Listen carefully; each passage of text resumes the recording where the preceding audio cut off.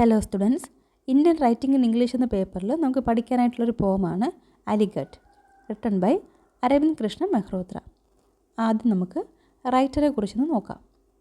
അരവിന്ദ് കൃഷ്ണ മെഹ്റോത്ര ജനിക്കുന്നത് 1947 ലാഹോറിലാണ്. അദ്ദേഹം ഒരു പോയറ്റാണ്, ആന്തോളജിസ്റ്റാണ്, ലിറ്റററി ക്രിട്ടിക്കാണ്, ട്രാൻസ്ലേറ്ററാണ്.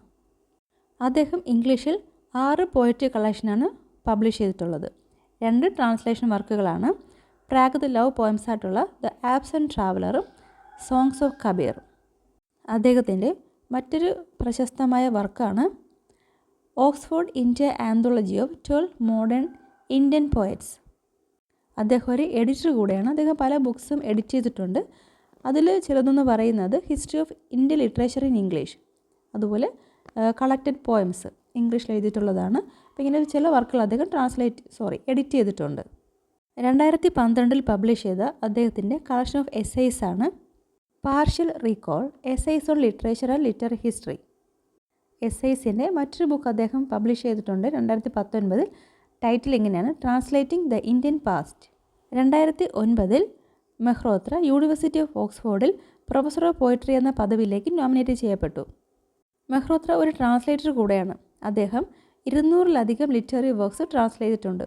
അദ്ദേഹം പ്രാകൃത ലാംഗ്വേജിൽ നിന്നും ഹിന്ദി, ബംഗാളി, ഗുജറാത്തി ഇങ്ങനെ പല ലാംഗ്വേജുകളിൽ നിന്നും ട്രാൻസ്ലേറ്റ് ചെയ്തിട്ടുണ്ട്.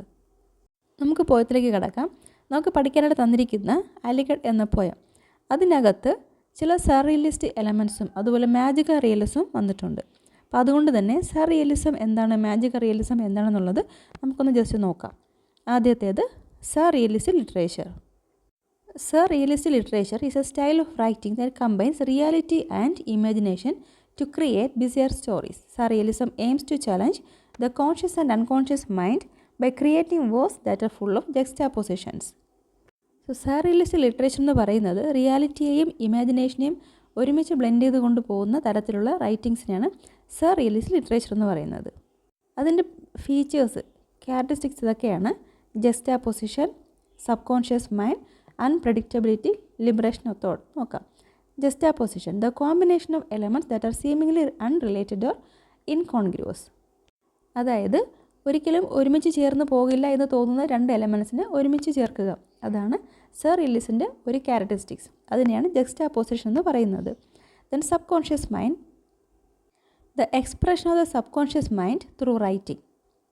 ഈ ടൈപ്പ് റൈറ്റിങ്സിനകത്ത് കോൺഷ്യസ് മൈൻഡിനകത്ത് വരുന്ന കാര്യങ്ങളല്ല പറയുന്നത്, സബ് കോൺഷ്യസ് മൈൻഡിനകത്ത് വരുന്ന കാര്യങ്ങളാണ് റൈറ്റിങ്ങിൽ കാണിക്കുന്നത്. Then unpredictability, the use of chance, randomness and unpredictability. Predict ചെയ്യാൻ സാധിക്കാത്ത തരത്തിലുള്ള എലമെൻറ്റ്സ് നമുക്കിതിനകത്ത് കാണാൻ കഴിയും. Liberation of thought, the liberation of thought and language. ലാംഗ്വേജിലോ അല്ലെങ്കിൽ തോട്ടിലോ ഒരു റെസ്ട്രിക്ഷൻ വരാത്ത രീതിയിലുള്ള, വളരെ ഓപ്പണായിട്ട് എന്തും എഴുതാൻ പറ്റുന്ന രീതിയിലുള്ള, ആ ഒരു റെസ്ട്രിക്ഷൻ വയ്ക്കാത്ത രീതിയിലുള്ള റൈറ്റിംഗ് ആണ് സർറിയലിസത്തിൻ്റെ വേറൊരു പ്രത്യേകത എന്ന് പറയുന്നത്.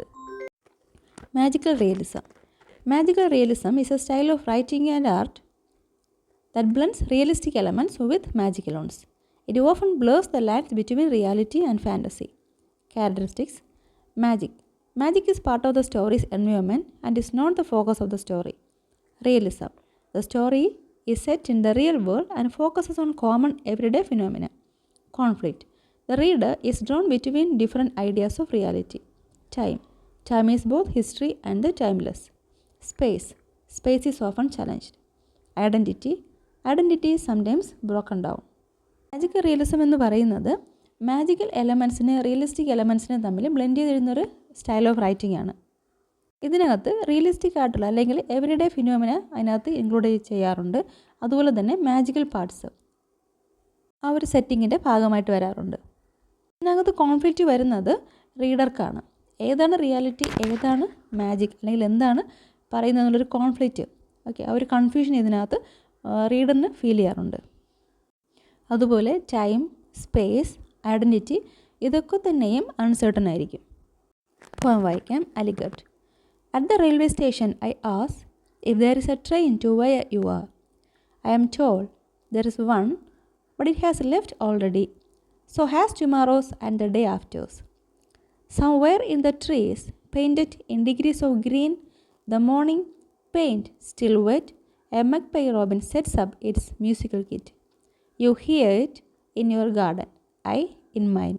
At night, like a colicky child, our old bones tired, desire keeps up awake. Put it to sleep if you can. I will do the same. And for now, let's forget the railway station. Parking is not easy here, easy there. The trains keep to no time. Detailed analysis നോക്കാം. Aligat by Arvind Krishna Mehrotra is a poem that explores themes of longing, missed connections, and the passage of time, set in the Indian city of Aligarh with a focus on the speaker's yearning for a loved one who seems perpetually out of reach, even as they share a sense of shared space and memories, despite the physical distance and the inability of fully express their desires.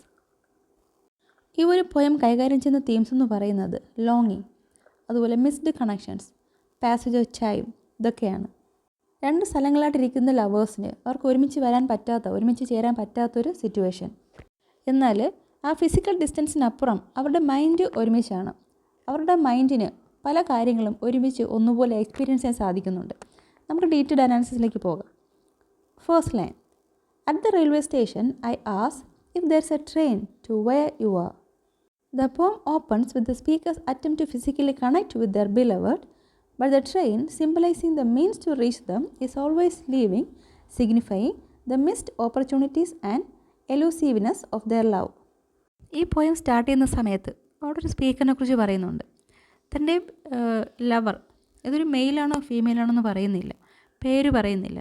അപ്പോൾ താൻ സ്നേഹിക്കുന്ന ആളിനെ അടുത്തേക്ക് എത്താനായിട്ട് train നോക്കി നിൽക്കുന്ന അല്ലെങ്കിൽ ട്രെയിനിന് വേണ്ടി വെയിറ്റ് നിൽക്കുന്ന ഒരു വ്യക്തിയെക്കുറിച്ച് പറയുന്നുണ്ട്. അപ്പോൾ തൻ്റെ ബിലവൻ്റെ അടുത്തേക്ക് എത്താനായിട്ട് അല്ലെങ്കിൽ ഫിസിക്കലി കണക്ട് ചെയ്യാനായിട്ട് ഒരു മീഡിയം എന്ന് പറയുന്നത് ട്രെയിനാണ്. പക്ഷേ അവിടെ ആ ഒരു കണക്ഷൻ മിസ് ചെയ്യപ്പെടുന്നു.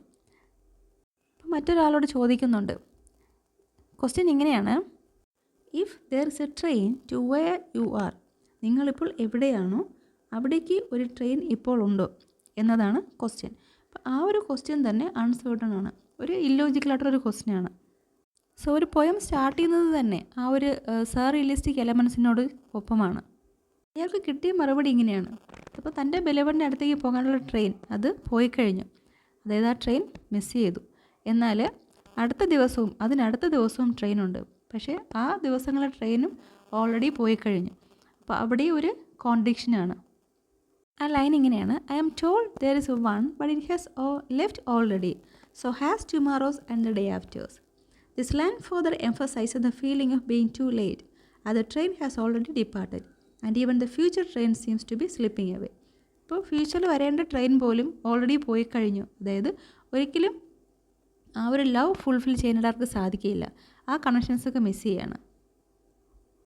Next line, somewhere in the trees painted in degrees of green, the morning pain still wet, a magpie robin sets up its musical kit.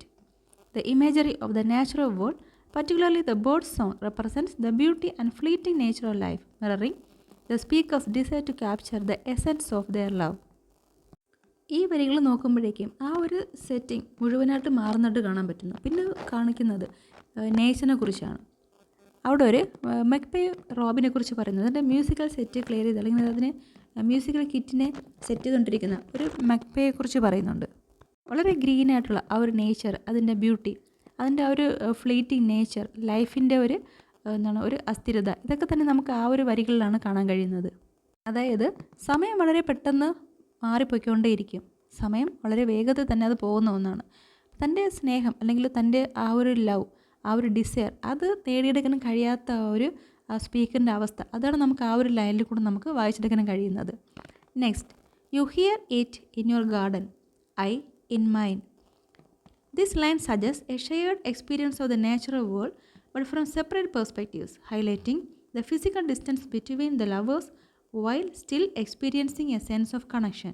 Speaker പറയുന്നത് തങ്ങൾക്ക് ഒരുമിച്ച് ആ ഒരു പ്രകൃതിയുടെ ലവ് അല്ലെങ്കിൽ ആ ഒരു ഡിസയർ അതിനെ അതൊന്ന് എൻജോയ് ചെയ്യാൻ സാധിക്കുന്നില്ല എങ്കിൽ പോലും you hear it in your garden, I in mine. ആ മഗ്പൈ പക്ഷിയുടെ ആ ഒരു പാട്ട്, അത് നീ നിൻ്റെ ഗാർഡനിലിരുന്നു കൊണ്ട് നീ അത് ആസ്വദിക്കുക, കേൾക്കുക, ഞാൻ എൻ്റെ ഗാർഡനിലിരുന്നു കൊണ്ടും ഞാനത് ആസ്വദിക്കുക. അതായത് ട്രൂ ലവേഴ്സിന് ആ ഒരു ഫിസിക്കൽ ഡിസ്റ്റൻസ് ഒരു പ്രശ്നമേ അല്ല. അവർ ഏത് സ്ഥലത്താണെങ്കിലും എത്രത്തോളം ദൂരെയാണെങ്കിലും അവർക്ക് പല സ്ഥലങ്ങളിൽ ഇരുന്നു കൊണ്ട് തന്നെ ഒരേ എക്സ്പീരിയൻസ്, ഒരേ കാര്യം, ഒരേ രീതിയിൽ അല്ലെങ്കിൽ ഒരേ നേച്ചർ അവർക്കത് എൻജോയ് ചെയ്യാനായിട്ട് സാധിക്കും. Next line, at night like A colicky child, our old bones tired, desire keeps us awake. As the day fades, the speaker's longing intensifies, despite their aging bodies, signifying the persistent nature of their desire. ഈ വരികളിലും ഒരു contradiction, ഒരു ജക്സ്റ്റാപോസിഷൻ നമുക്ക് കാണാനായിട്ട് സാധിക്കും. അതായത് old bones എന്ന് പറയുമ്പോഴേക്കും വളരെ ക്ഷീണിച്ച അല്ലെങ്കിൽ വളരെ പ്രായം ചെന്ന് കഴിയുമ്പോഴേക്കും വളരെ ക്ഷീണം തോന്നുന്ന ആ ഒരു അവസ്ഥയിലും at night like A colicky child, ഒരു കുട്ടി എത്രത്തോളം എങ്ങനെയാണോ ആക്റ്റീവ് ആയിരിക്കുന്നത് അല്ലെങ്കിൽ റെസ്റ്റ്ലെസ് ആയിട്ട് ബഹളം വയ്ക്കുന്നത്, മറ്റുള്ളവരെ ശല്യപ്പെടുത്തുന്ന രീതിയിൽ കരയുകയും ബഹളം വയ്ക്കുകയും ഒക്കെ ചെയ്യുന്നത്. അപ്പോൾ ഇത് രണ്ട് കാര്യങ്ങൾ, ഒരു വളരെ വയസ്സായ ഒരു മനുഷ്യൻ, വളരെ ക്ഷീണിച്ചിരിക്കുന്നൊരു വ്യക്തി, അയാളെയും അതുപോലെ തന്നെ ഒരു colicky ചൈൽഡ്, ഈ രണ്ടിനെയും തമ്മിലുള്ളൊരു ഒരു കമ്പാരിസനാണ്. അപ്പോൾ രണ്ടിനെയും ഏകദേശം ഒന്നുപോലെ എന്ത് ചെയ്യുന്നു അവിടെ കാണിക്കുന്നുണ്ട്. പക്ഷേ പറയുന്നത് ആ സ്പീക്കറിൻ്റെ ബോഡി അത് വളരെ വീക്കാണ്. പക്ഷേ അയാളുടെ ഡിസയർ എന്ന് പറയുന്നത് ഒരു കുട്ടിയെ പോലെയാണ്, ഒരു colicky ചൈൽഡിനെ പോലെയാണ്. അപ്പോൾ രാത്രിയിൽ ഉണർന്ന് കരയുന്ന ബഹളം വയ്ക്കുന്ന ആ ഒരു കുട്ടിയുടെ രീതിയിലോട്ടാണ് ഇത്രയും പ്രായമുള്ളൊരു മനുഷ്യൻ്റെ മനസ്സിലും തൻ്റെ ഡിസയർ, ആ ഒരു ലവിന് വേണ്ടിയിട്ടുള്ള ആ ഒരു ഡിസയർ അത് അയാളെ ഉണർത്തിയിരിക്കുന്നത്.